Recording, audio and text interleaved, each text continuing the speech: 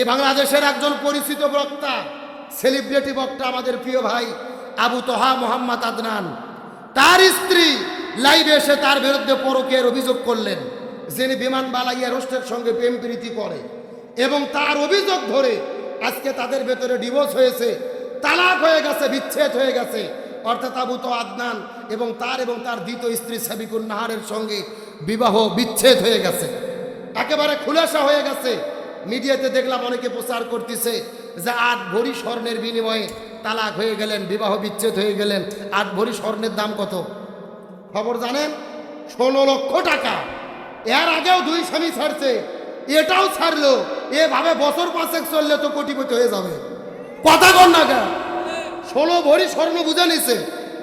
আর আগের স্বামী বলতেছে আমার এখানে 7 বছর সংসার করতে 2টা মেয়ে, সেই সংসার শেষ, আর একটা শেষ, আর একটা শেষ। স্বামী একটা ধরে আর একটা ছাড়ে। এটা কি কোনো ভালো স্ত্রীর লক্ষণ হতে পারে? সে আবার নিজেকে পরিচয় দিচ্ছে আমি আলেমা। ভালো করে বোঝেন, আল্লাহর কোরআন বলেছে শয়তানের ষড়যন্ত্র হলো দুর্বল, কিন্তু মহিলার ষড়যন্ত্র হলো ভয়ঙ্কর। সরাসরি কোরআনের বক্তব্য, সূরা নিসার 76 নম্বর আয়াতে আল্লাহ বলেন ইন্নাশ শাইতানি কানা দাঈফা, নিশ্চয় শয়তানের ষড়যন্ত্র হলো দুর্বল। আর সূরা ইউসুফের 28 নম্বর আয়াতে আল্লাহ বলেন ইন্না কাইদা কুন্না আযীম, মহিলারা যে ষড়যন্ত্র করে এই ষড়যন্ত্র যেন তেন ষড়যন্ত্র নয়, এই ষড়যন্ত্র হলো ভয়ঙ্কর ষড়যন্ত্র। শয়তানের ষড়যন্ত্রতে যদি পড়েন বাঁচার বুদ্ধি আছে, কিন্তু মহিলা যদি আপনার বিরুদ্ধে ষড়যন্ত্র করে ইউসুফ নবীর মতো অপবাদ পাওয়া ছাড়া কোনো উপায় নাই। আজকে আপনি স্ত্রী হয়ে স্বামীর বিরুদ্ধে অভিযোগ করলেন সে পরকীয়া প্রেম করেছে, অথচ 2 ঘন্টা লাইভ করে কান্নাকাটি করলেন, পরকীয়া প্রেমের কোনো প্রমাণ দিতে পারলো? শুধু কান্না করে বললো স্বামী আমাকে ধরে পিটাই মারে, ঝগড়া হয়। আচ্ছা বলেন তো, স্বামী স্ত্রী ঝগড়া হয় না, মারামারি হয় না, এমন কোনো বাপের বেটা হাত তুলে বলতে পারবে? এর আমরা যে হুজুর আমাদেরও তো হয়। কথা কর না কা, স্বামী স্ত্রী সম্পর্কই হলো টক ঝাল মিষ্টি, সুখ দুঃখ কষ্ট সবই থাকবে। আরে ভাই, আমরা তো দূরের কথা, আমাদের নবী মুহাম্মদ রাসূলুল্লাহ সাল্লাল্লাহু আলাইহি ওয়াসাল্লাম, তার সাথে তার স্ত্রী আম্মা জান মায়েশা সিদ্দিকার, তারও মনোমালিন্য হতো, হযরত ওমর ফারুক যে মীমাংসা করে দিত। সুবহানাল্লাহ বলেন। তার মানে স্বামী স্ত্রীর মধ্যে ঝগড়া বিবাদ একটু মনোমালিন্য হতেই পারে। আপনি সেটা মিডিয়াতে যে প্রচার করে দিলেন, তার মানে আপনার উদ্দেশ্যই ছিল এই সম্পর্কে ছিন্ন করে আর এক জায়গায় যাওয়া। আল্লাহর কোরআন বলেছেন হুন্না লিবাসুল লাকুম আনতুম লিবাসুল লাহুন্না, স্বামী স্ত্রী উভয়ের পোশাক স্বরূপ। পোশাক মানে শুধু শাড়ি কাপড় নয়, পোশাকের ব্যাখ্যা হলো স্ত্রী স্বামীর ঘটনা জানে, স্বামী স্ত্রীর ঘটনা জানে, স্বামী স্ত্রীরটা গোপন রাখবে, স্ত্রী স্বামীর গোপন বিষয় গোপন রাখবে। এটাই হলো এই আয়াতের দাবি। আপনি কি ভাবছেন মিডিয়াতে প্রচার করে দেশের লোক এসে স্বামী স্ত্রীর গন্ডগোল মিটাতে পারবে? স্বামী স্ত্রী নিজেরা যদি স্বামী এবং স্ত্রী বানাইছে জন মিস্ত্রি, এ বড় কঠিন কারিগর, নিজেরা যতক্ষণ ঠিক না হবে বিচারপতি এসেও কোনো কাজ হবে না। এই জন্য ঝগড়া বিবাদ যাই হোক এটা নিজেরা গোপন রাখেন। এখন প্রকাশ করে দিলেন, সংসারটা বিচ্ছেদ হয়ে গেল, এটা কি ভালো হলো? যদিও হালাল, হাদিস আছে 3টে হালাল কাজ, কিন্তু আল্লাহর কাছে অপছন্দ। কয়টা হালাল কাজ? হালাল করা যাবে কিন্তু আল্লাহর কাছে অপছন্দ। 1 নম্বর হলো স্বামী স্ত্রীর ভিতরে বিচ্ছেদ, তালাক হওয়া। আর 2 নম্বর হলো ভিক্ষা করে খাওয়া, যদিও হালাল, আল্লাহর কাছে অপছন্দ। আর 3 নম্বর হলো ঋণ করা, মানুষের কাছ থেকে ঋণ নিয়ে পরিশোধ না করা। এগুলো কাজ কার কাছে অপছন্দ? সুতরাং আসুন স্বামী স্ত্রীর সম্পর্কে গাঢ় করি, নিজেরা মীমাংসা করি, শান্তি কায়েম করি। আলেমদের ভুল বুঝবেন না, প্রমাণ ছাড়া কোনো আলেমকে জেনাকারী বলার কোনো সুযোগ। এ যশোর জিকর গাছার মুসলমান গভীর মনোযোগ। আর আমি আপনাদেরকে কষ্ট দেব না, ছোট্ট করে দৃষ্টান্ত দেওয়ার পরে আপনাদের মধ্য থেকে বিদায় নিয়ে চলে যাওয়ার চেষ্টা করব। নবী কেমন রহমত ছিল এই বিষয়টা বোঝানোর পরে সামনের দিকে চলে যেতে চাই। আমার নবীজি যখন জন্মগ্রহণ করেন নাই, নবীজির বাবার নাম হলো আব্দুল্লাহ, মায়ের নাম হলো আমিনা। নবী যেদিন মায়ের গর্ভের মধ্যে আগমন করেছে, আমার মায়ের গর্ভের মধ্যে আগমন করার সাথে সাথে ওই আমিনা যেই রাস্তা দিয়ে হেঁটে যায়, তার শরীরের মধ্য থেকে সুঘ্রাণ বের হয়ে পুরো মক্কা শহরের মধ্যে প্রবাহিত হওয়া শুরু করে দেয়। এই দৃশ্য দেখার পরে মক্কার মানুষের উপর আশ্চর্য হয়ে গেলেন। এই মক্কা সমাজের রীতি এবং নীতি হলো কোন মহিলার যদি স্বামী মারা যায় সে সুগন্ধি ব্যবহার করতে পারে না। অথচ আব্দুল্লাহ জমিন থেকে বিদায় নিয়েছে, তার মায়ের তার স্ত্রীর শরীরের মধ্যে কেমন করে সুগন্ধি ব্যবহার করে। ওই মক্কার মানুষেরা আস্তে করে নবীজির দাদা আবু তালেবের কাছে চলে গেলেন। আবু তালেবের কাছে যাওয়ার পরে জিজ্ঞেস করে বলে, সর্দার আপনি হলেন মক্কার সর্দার, এই শহরের হর্তা এবং কর্তা, আপনি নীতি করে দিয়েছেন যেই মানুষের স্বামী মারা যাবে ও আর কখনোই সুগন্ধি ব্যবহার করতে পারবে না, কিন্তু আপনার পুত্রবধূ আমিনা তার শরীরের মধ্য থেকে এমন সুঘ্রাণ ব্যবহার হয়, এমন সুঘ্রাণ জমিনে ছড়িয়ে পড়ে রে, আমি পুরো মক্কা মদিনার ভেতরে এমন সুঘ্রাণ কোন দোকানের মধ্যে খুঁজে পাই না। জোরে বলেন না সুবহান। আমার বন্ধুগণ, মুসলমান ভাইরা গভীর মনোযোগ। আব্দুল মুত্তালিব তার স্ত্রীকে সঙ্গে করে নেওয়ার পরে আস্তে করে আমিনার কাছে চলে গেলেন। আমিনা, এমন কাজ তুমি কেন করলে রে মা? আমাদের নাক কাটা গেল, আমাদের তো কান কাটা গেল, আমরাই সমাজের হর্তা কর্তা, অথচ তুমি কেন শরীরের মধ্যে সুগন্ধি ব্যবহার করো জানতে চাই। আমিনা ডাক দিয়ে বল, বাবা মিথ্যা কথা বলবো না, কসম করে বলি, যেই রাতের বেলা আমার গর্ভের মধ্যে একটা সন্তানের অস্তিত্ব লাভ হয়ে গেছে, এই গর্ভের মধ্যে সন্তান আসার পরে লক্ষ্য করে দেখি ওই ঘরের দরজা জানালাগুলো আমাকে সালাম দেওয়া শুরু করে দিয়েছে, ওই ঘরের দুলাপালি কোনো কোনো আমাকে সালাম দেওয়া শুরু করে দিয়েছি, আশেপাশের গাছপালাগুলো আমাকে সালাম দেওয়া শুরু করে দিয়েছি। এই জায়গার মধ্যে শেষ নয় বাবা, আমার গর্ভের মধ্যে সন্তান যখন আগমন করেছে লক্ষ্য করে দেখি আসমানের মধ্য থেকে 12 জন ফেরেশতা আমার ঘরের মধ্যে আগমন করেছে। এই 12 জন ফেরেশতা আসার পরে আমাকে হালান সাহালান বলে দোয়া করে। এই জায়গার মধ্যে শেষ নয় বাবা, জান্নাতের মধ্য থেকে 3 জন মহিয়সী নারী আমার ঘরের মধ্যে আগমন করেছে। 1 নম্বর হলো ইমরাতু ফিরাউন, ফিরাউনের স্ত্রী আসিয়া। 2 নম্বর উম্মে ঈসা, ঈসা আলাইহিস সালামের মা মারিয়াম আলাইহিস সালাম। আর 3 নম্বর উক্তে মুসা, মুসা আলাইহিস সালামের বোন কুলসুম আলাইহিস সালাম। এই 3 জন মহিয়সী নারী জান্নাতের মধ্যে থেকে জান্নাতের মালা নিয়ে আমার ঘরের মধ্যে আসার পরে আমার গলার মধ্যে পরে দিয়ে ডাকতে বলে, মরিয়াম তুমি কোনো যেন তেন কোনো, ডাকতে বলে আমিনা তুমি কোনো যেন তেন মহিলা নয় রে, তোমার গর্ভের ভেতরে এমন একটা সন্তান আগমন করেছে যিনি হবে আখিরি জামানার পয়গম্বর। জোরে বলেন না সুবহান। এ যশোর শেখর গাছের মুসলমান গভীর মনোযোগ। আমার নবী কেমন রহমত ছিল আমি আপনাদের কি দিয়ে বুঝাই। আমি না ডাকতে বলে, বাবা এই জায়গার মধ্যে শেষ নয়, যখন আমার গর্ভের মধ্যে সন্তানের আগমন ঘটল পরের দিনে সকালবেলা আমি আমার কাকের মধ্যে কলস নিয়ে ওই কূপের মধ্য থেকে যখন পানি উত্তোলন করার জন্য চলে গেছি, লক্ষ্য করে দেখি ওই কূপের মধ্য থেকে পানিগুলো টকবক টকবক টকবক করে বের হয়ে ওই কূপের মুখের কাছে আসার পরে কূপের জবান খুলে গেছে।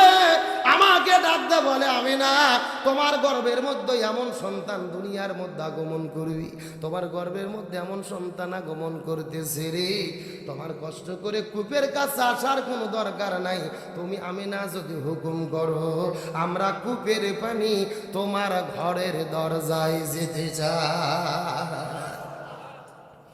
আমি না রাখতে বলে, বাবা এই দৃশ্য দেখার পরে মক্কার যত মা বোনেরা কূপের মধ্য থেকে পানি সংগ্রহ করে তারা লক্ষ্য করে দেখে আমি যতক্ষণ কূপের কাছে দাঁড়িয়ে থাকি ততক্ষণ কূপের পানিগুলো ওপরে থাকে, আমি যখন কূপের কাছ থেকে চলে যাই কূপের পানিগুলো নিচে চলে যায়।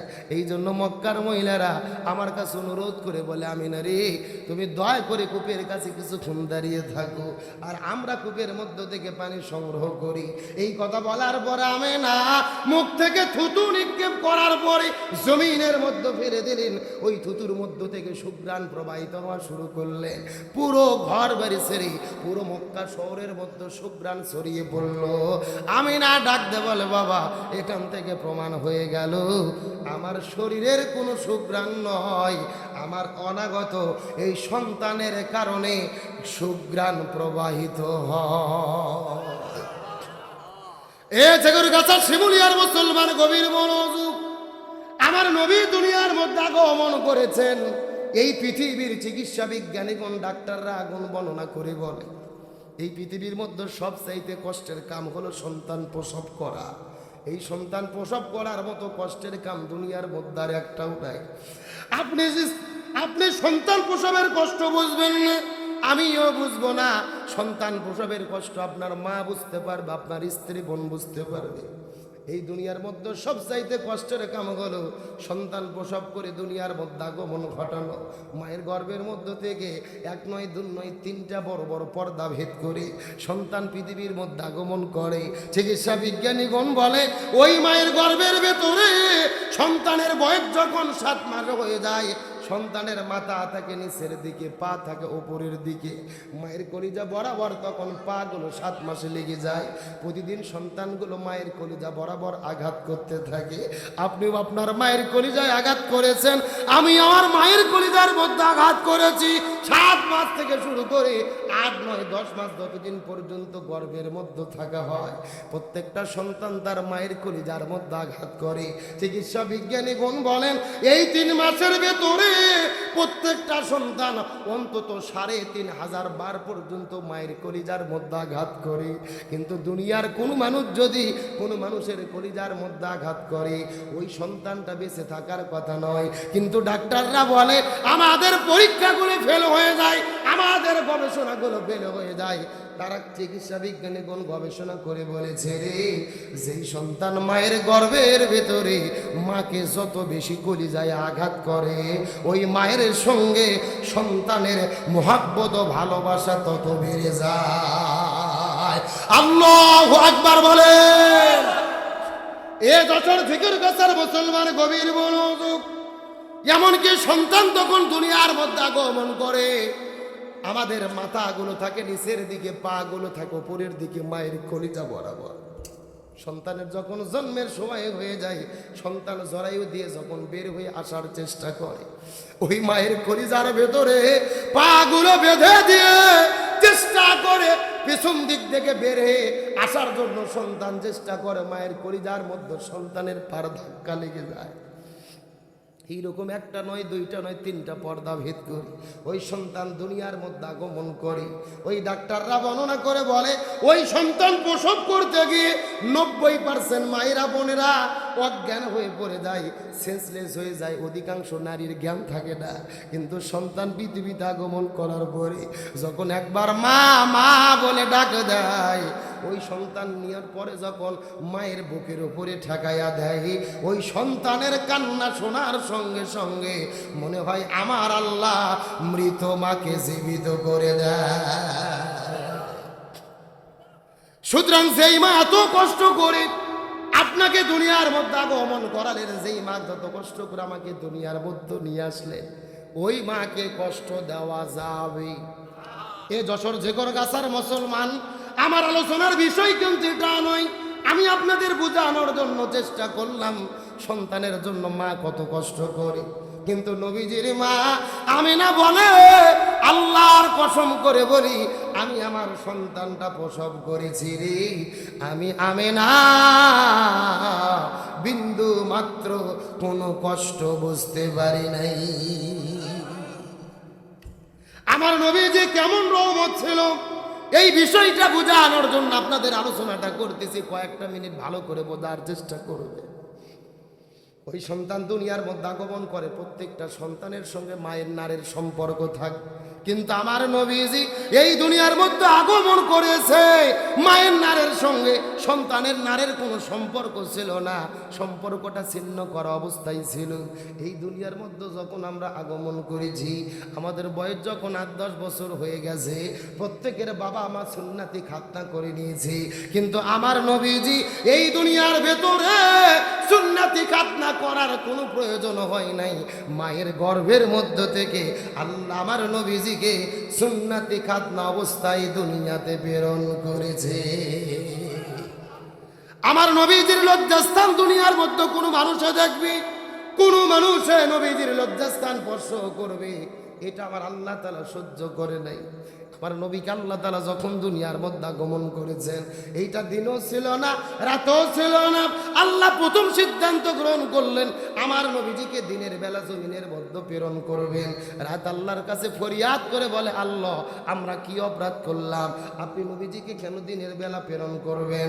আল্লাহ আবার সিদ্ধান্ত নিলেন নবীজিকে রাতের বেলা জমিনের মধ্যে প্রেরণ করবেন।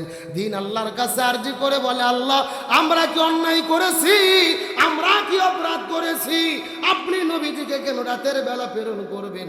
রাত আর দিনের যখন ঝগড়া শুরু হয়ে গেল, আল্লাহ সিদ্ধান্ত গ্রহণ করলেন আল্লাহ নবীজিকে দিনেও প্রেরণ করবেন না, আল্লাহ নবীজিকে রাতেও প্রেরণ করবেন না।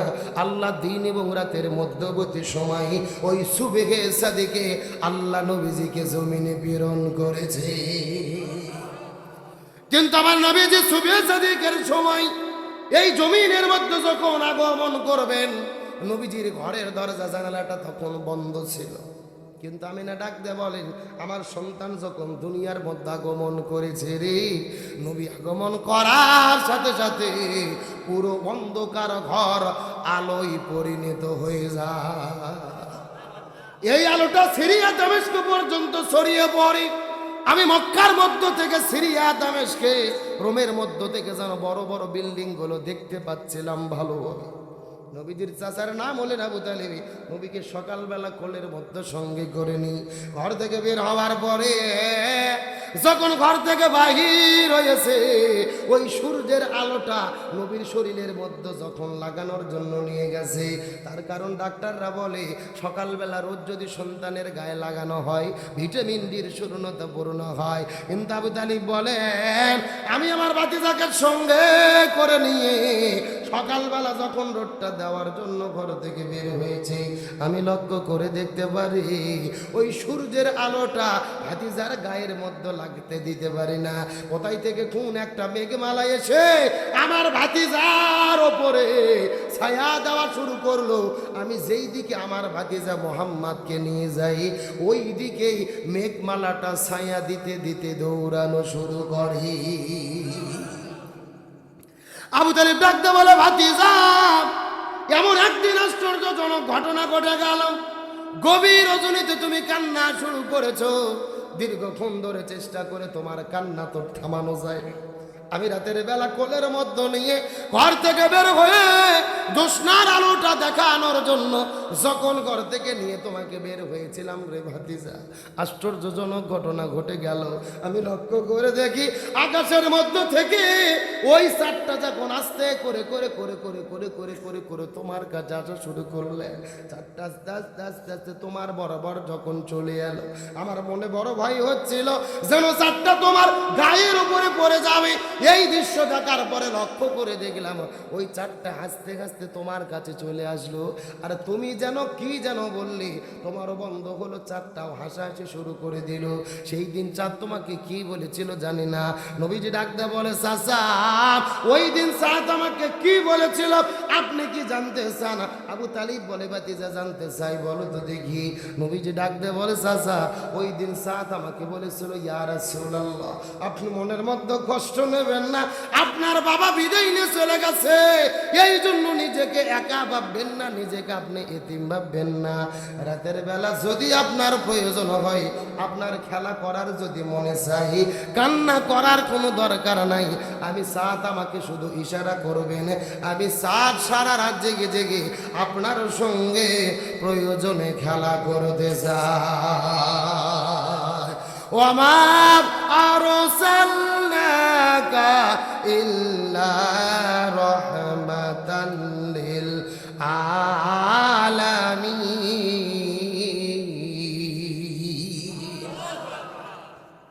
ওই নবীজিকে রহমত স্বরূপ কে প্রেরণ করেছেন? আরো জোরে বলেন। আমার বন্ধুগণ, মুসলমান ভাইরা গভীর মনোযোগ লক্ষ্য করুন। ওই নবী দুনিয়ার মধ্যে আগমন করেছেন, কিন্তু নবীজির মতো এত বড় এতিম পৃথিবীর মধ্যে কেউ ছিল? জন্মের আগে নবীর বাবা দুনিয়ার মধ্য থেকে বিদায় নিয়ে চলে গেছে। জন্মের কিছুদিন পরে মা বিদায় নিয়ে চলে গেছেন। নবী চলে গেলেন তার দাদার কাছে, দাদাও বিদায় নিয়ে চলে গেলেন। নবী চলে গেলেন তার চাচার কাছে, চাচাও বিদায় নিয়ে চলে গেলেন। কিন্তু আমার প্রশ্ন হলো, আল্লাহ নবীকে এত পরিমাণ ভালোবাসে, তারপরেও নবীজিকে এত বড় এতিম কেন বানাইলো? প্রশ্ন আছে না নাই? এ গভীর মনোযোগ বোঝার চেষ্টা করেন। আমাদের নবীর উপাধি ছিলেন হাবিবুল্লাহ, আর ইব্রাহিম নবীর উপাধি ছিলেন খলিলুল্লাহ। খলিলুল্লাহ তাদেরকে বলা হয় যিনি আল্লাহকে ভালোবাসে, আর হাবিবুল্লাহ তাকে বলা হয় যে আল্লাহ নিজেই যাকে ভালোবাসে। এখন আমার প্রশ্ন হলো, আল্লাহ নবীজিকে এত পরিমাণ ভালোবাসেন, কিন্তু এত বড় এতিম আল্লাহ কেন বানাইলো? বাবাও নাই, মাও নাই, এত বড় এতিম নবীজিকে কেন বানানো হলো? মুহাদ্দিসগণ ব্যাখ্যা করে বলেন, আমার আল্লাহ কোরআনের মধ্যে বলেছেন, লাকাদ কানা লাকুম ফি রাসূলিল্লাহি উসওয়াতুন হাসানা। আল্লাহ নবীজির মধ্যে দিয়েছেন শ্রেষ্ঠ আদর্শ। আল্লাহ রাব্বুল আলামিন নবীকে যদি এতিম না বানাইতো, এই দুনিয়ায় যারা এতিম হতো, নবীজির কাছে যাওয়ার পরে জিজ্ঞেস করে বলতো, ইয়া রাসূলুল্লাহ, আপনি তো আমাদের কষ্ট বুঝবেন না, আপনি তো আমাদের ব্যথা বুঝবেন না, আমরা হলাম এতিম, আপনি তো এতিম নয়, আপনার বাবা বেঁচে আছে, মা বেঁচে আছে, আপনি তো এতিমের কষ্ট বুঝতে পারবেন না। এই রকম কোন এতিম যে যেন নবীকে উজুহাত পেশ করতে না পারে রে, ওই এতিমদেরও আদর্শ যেন নবী হতে পারে, এই জন্য আমার আল্লাহ নবীজিকে এতিম বানাইছে। শিশুকালে মইরা গেছে মা, গর্ভে থাকতে মরছে পিতা, নবী চোখে দেখিলেন না, আমায় কে করিবে লালন পালন, কে দিবে সান্ত্বনা? এই দুনিয়ার বড় এতিম নবী ছিলেন একজন। আমার নবীর মতো এতিম দুনিয়ার মধ্যে কেউ ছিল না। নবী এত বড় এতিম হলেন, বাবা চলে গেলেন, মা চলে গেলেন, দাদা চলে গেলেন, নবী চলে গেলেন তার চাচার কাছে। আবু তালিবের কাছে যাওয়ার পরে আবু তালিব নবীকে থাকার জন্য জায়গা দিলেন, সন্তানের মতো বড় করলেন, ব্যবসা বাণিজ্য ছেড়ে দিলেন, মহব্বত করলেন, ভালোবাসা দিলেন। কিন্তু আপনাদের জিজ্ঞাসা করি, বলেন তো, ওই আবু তালিব কি জান্নাতে যেতে পারবে? আরো জোরে বলেন। এই আজকের আলোচনার শেষ টপিক, যেই মেসেজটা দেওয়ার জন্য এতক্ষণ আলোচনা করেছি, ওই আবু তালিব কি জান্নাতে যেতে পারবে? নবীকে ভালোবেসেছে, খাবার দিয়েছে, থাকার জায়গা দিয়েছে, তারপরেও আবু তালিব কেন জাহান্নামে যাবে জানার দরকার আছে না নাই? এটা যদি বোঝেন, আজকের পুরো আলোচনা পরিষ্কার ভাবে বোঝা যাবে। আপনাদের কি কষ্ট হচ্ছে? আলোচনা কি আর কিছুক্ষণ চলবে? কথা বলেন, চলবে? কারা কারা চলবে না হাত তোলেন। হ্যাঁ, এই কয়েকজনের ঘুম ধরে গেছে, এইবার বোঝা গেল। এ সত্য সত্য। আর 10 মিনিট কারা কারা আলোচনা শুনবেন? হাত তোলেন তো দেখি, হাত তোলেন দেখি, হাত তোলেন। হ্যাঁ, লিল্লাহি তাকবীর। আলোচনা চলছে চলছে, তবে কোনো ওটাউটি করা যাবে? আল্লাহ তাআলা কবুল করুক, বলেন আমিন। আরো জোরে বলেন আমিন। তাহলে বলেন, আলেমদের সঙ্গে আমরা আছি না নাই? ভালো করে বোঝার চেষ্টা করেন। সাদা কাপড়ে ময়লা পড়ে বেশি, কালো কাপড়ে ময়লা কম।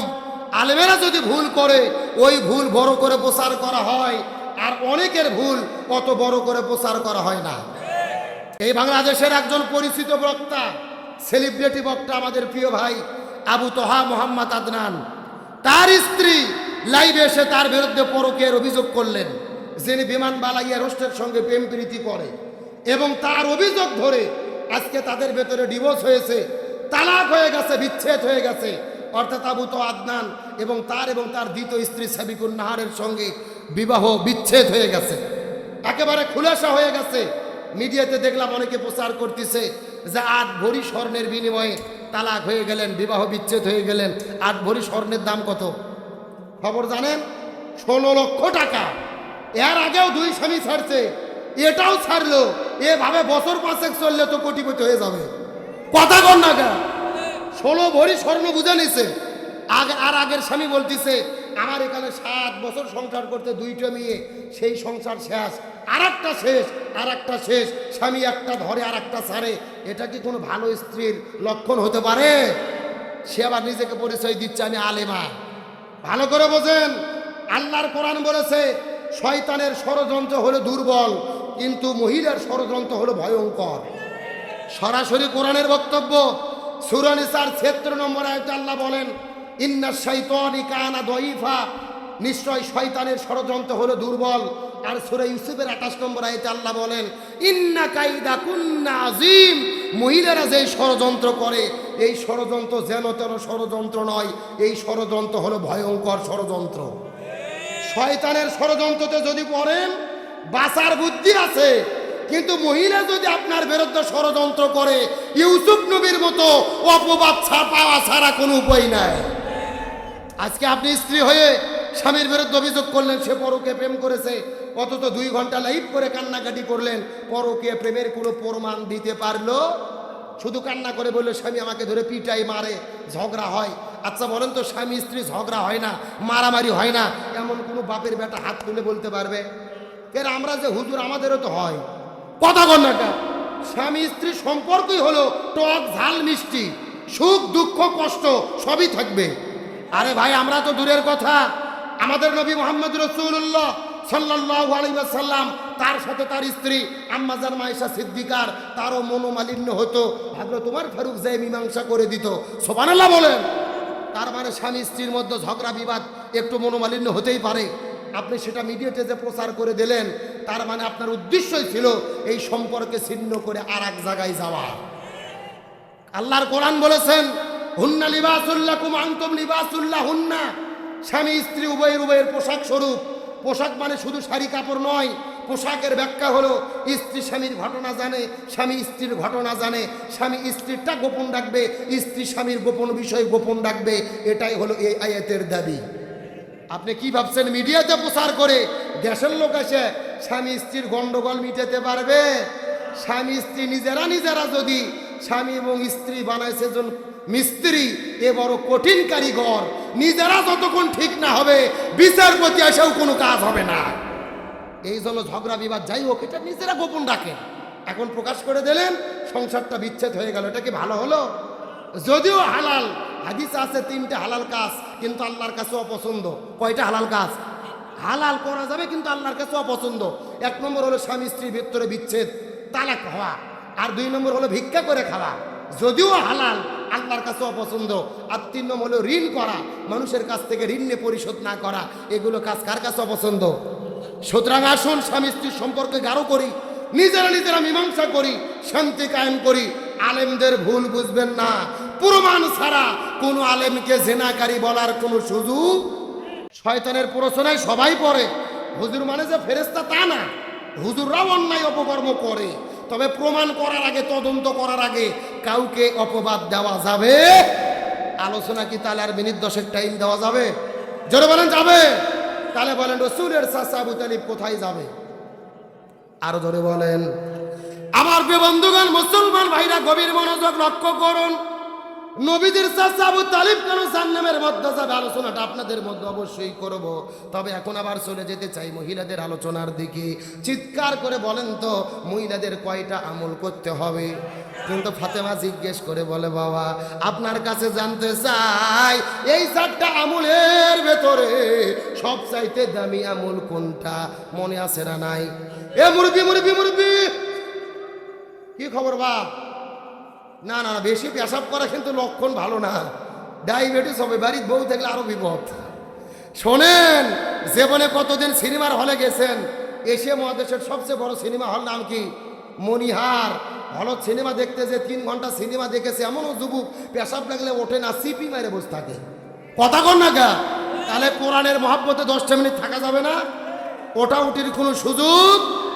আমার প্রিয় বন্ধুগণ, মুসলমান ভাইরা গভীর মনোযোগ লক্ষ্য করুন। ফাতেমা ডাকতে পারে বাবা আপনার কাছে জানতে চাই এই 4টা আমলে জরুরি, কিন্তু 4টা আমলের ভেতরে সবচাইতে দামি আমল কোনটা? রাসূল ডাকতে বলে ফাতেমা রে তুমি খুব গুরুত্বপূর্ণ প্রশ্ন করেছো রে মা। এই 4টা আমলের মধ্যে সবচাইতে গুরুত্বপূর্ণ আমল কোনটা? যদি জানতে চাও মনোযোগ দিয়ে শুনে নাও। 1 নম্বর হলো নামাজ। নামাজ হলো ওয়াক্ত মতো ফরজ। ফজরের সময় ফজর, যোহরের সময় যোহর, আসরের সময় আসর, মাগরিবের সময় মাগরিব, এশার সময় এশা। নামাজ হলো ওয়াক্ত মতো ফরজ। রমজান মাস যখন আসবে তখন রমজান মাসে রোজা রাখা ফরজ, রমজান মাসের বাইরে রোজা রাখা ফরজ। নামাজ হলো ওয়াক্ত মতো ফরজ। রমজান মাস যখন আসবে তখন রমজান মাসে রোজা রাখা ফরজ। আর স্বামী যখন কাছে থাকবে তখন স্বামীর খেদমত করা ফরজ। স্বামী যখন কাছে থাকবে, জোরে বলেন কোথায় থাকবে? জোরে বলেন কোথায় থাকবে? স্বামী যখন কাছে থাকবে তখন স্বামীর খেদমত করা ফরজ। কিন্তু আপনাদের জিজ্ঞাসা করি, বলেন তো, স্বামী বিয়ে করার পরে ওই বউকে রেখে যদি মালয়েশিয়া, সৌদি আরবে যায়, ওই বউ কি স্বামীকে খেদমত করতে পারবে? আরো জোরে বলেন পারবে? দেখবেন কত স্বামীগুলো সুন্দরী মেয়েদেরকে বিয়ে করার পরে ওই বউকে ঘরের মধ্যে রেখে বিদেশে চলে গেছে, 10 বছরে বাড়ির মধ্যে ফেরে না। বইয়ের নামে অ্যাকাউন্ট করেছে, প্রত্যেকটা মাসে মাসে বউকে টাকা পাঠাইয়া দেয়। 10 বছর পরে বাড়ির মধ্যে আসার পরে দেখে ঘরের মধ্যে বউ নাই, অ্যাকাউন্টে টাকাও নাই। কথা কন। এমন ঘটনা আমাদের দেশের মধ্যে ঘটে কি ঘটে না? তার মানে বোঝা গেল স্বামী স্ত্রী যখন কাছাকাছি থাকে না তখন ভেজাল হওয়ার সম্ভাবনা আছে না নাই? এই জন্য নবী ডাক দিয়ে বললেন, স্বামী যখন কাছে থাকবে তখন স্বামীর খেদমত করা ফরজ। আর পর্দার কোনো বয়স নাই, পর্দার কোনো মুহূর্ত নাই, পর্দার কোনো ওয়াক্ত নাই। একটা মহিলা যুবতী হওয়ার পর থেকে প্রতিটি জায়গায়, প্রতিটি ক্ষণে, প্রতিটি মুহূর্ত পর্দা মেনে চলা ফরজ।